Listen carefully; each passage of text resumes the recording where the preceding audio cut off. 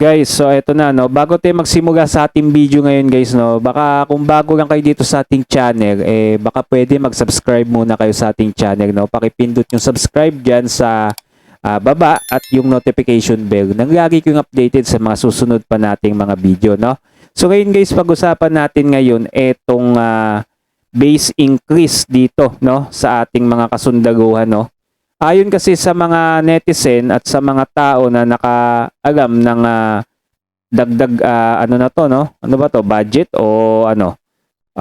Base pay nga, ayan, increase. So tinasan kasi ni Pangulong Marcos itong base pay nila dito sa ating mga kasundaluhan at mga kapulisan yata kasama din siguro dito no. Ayon kasi nila dito ay ginagawang suhol nga daw di umano ito upang kampihan si PBBM no. Ewan ko guys kung ito yung naiisip ninyo no na baka suhol nga daw di umano itong ginagawa ni PBBM dito dahil sa pagtaas niya ng base increase no. Panoodin natin ito, may bagong sinabi itong Department of National Defense na hindi suhol nga daw sa kanila itong ginagawa ni PBBM. Ewan ko kung mapapaisip kayo dito no kasi biglang tinaasan ni PBBM tong mga to. So ito, panoodin natin yung video.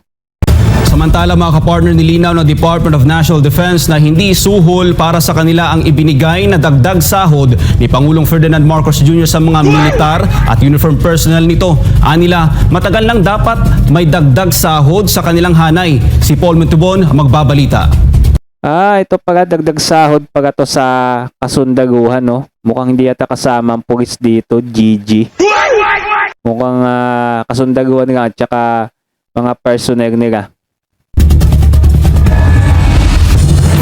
Sa isang panayam, sinagot ni Defense spokesperson Arsenio Andolong ang nagtutulak ng ideyang isang suhol ng Pangulo ang pinirmahang dagdag sahod para sa mga sundalo at uniform personnel ng Armed Forces of the Philippines. Giit ng opisyal, dapat maintindihan ng marami ang napakahirap na trabaho ng mga sundalo para protektahan ang bansa at ang soberanya nito. So yun. So tama naman talaga na napakahirap talaga protektahan ang bansa natin, no? Lalo na yung mga kasundaluhan nating kawawa naman talaga. So, kailangan talaga nila ng dagdag sahod, no? Kung maganda nga, dobrehin sana, no? Kagaya ng ginawa ni Duterte. Dobrehin pa yung sahod. Kasi, isipin nyo guys, kung sundalo kayo, lumalaban kayo, yung isang paa ninyo dyan nasa hukay, no? Kaya saludo ko sa mga kasundaluhan natin na talagang lumalaban at kumakayod talaga upang ipagtanggol yung ating bansa sa mga nanghihimasok at sa mga pusakal na mga hindi dapat talaga mabuhay no. So eto guys, ito paniniwalaan natin to. Etong sinasabi ng National Defense na dapat naman talaga nadagdagan yung sahod nila dahil mahirap naman talaga yung ano. Kaya lang yung iba dito sinasabi is etong dagdag sahod na ginawa ni PBBM suhol nga daw di umano no upang sa kanya pumanig yung itong kasundaluhan kasi kapag tinanggal yung yung suporta ng diyan talagang mapapalitan si PBBM diyan no, di ba? Ganyan yun guys no nung dati tinanggal yung suporta yung mga nagdaang kagaya nung kay Estrada ba yun tsaka dito nga kay Marcos no. Kaya huwag naman anya silang pag-isipan ang masama, bagkus ipakita ang malasakit sa mga sundalo kasama na ang pagbibigay ng suporta sa mga ito. Sa katunayan pa anya, matagal nang overdue ang dagdag na sahod sa mga sundalo, 3 taon mula nang bigyan sila ng noon sa administrasyon pa ni dating Pangulong Rodrigo Duterte.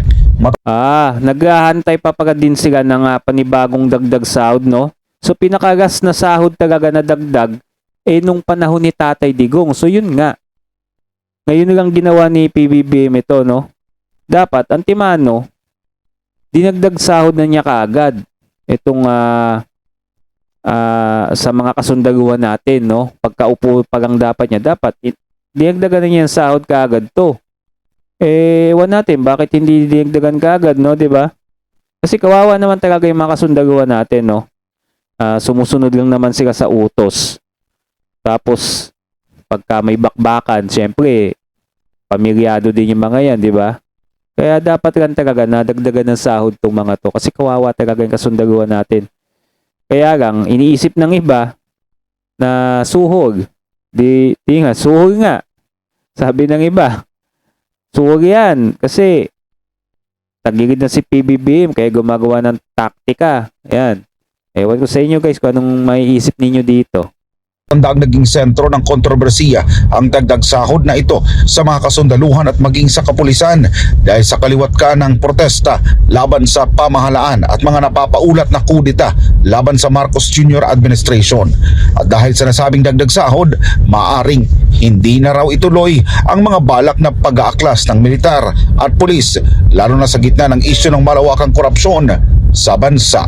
Ayan. So, inisip nila dahil may dagdag sahod na, hindi na matutuloy yung ugong-ugong, yung haka-haka na baka mag-aklas nga itong mga kasundaluhan natin. Kasi may lagay na, no? Sa inyo guys, kanya-kanya naman tayong opinion. Ako, sa tingin ko, dapat lang talaga nabigyan ng dagdag sahod tong mga kasundaluhan natin. Kasi kawawa talaga sila, no? Yung iba dyan, yan na yung isipin nila, suhol upang di mag-aklas kay PBBM. Maigi na lang binigyan na ni PBBM to, sabihin na nating suwag man yan o hindi, kawawa pa din yung mga kasundaluhan natin. Ngayon, dapat lang talaga nadagdagan sila ng sahod, no? Kagaya ng ginawa dati ni Tatay Digong. So, yun na lang guys, ang bagong latest news natin ngayon, no? Tungkol dito sa kasundaluhan sa dagdag sahod na ginawa ni PBBM. Comment down below kayo guys kung ano masasabi nyo at huwag nyo din kalimutan mag-subscribe nang lagi kayong updated sa mga susunod pa nating mga video.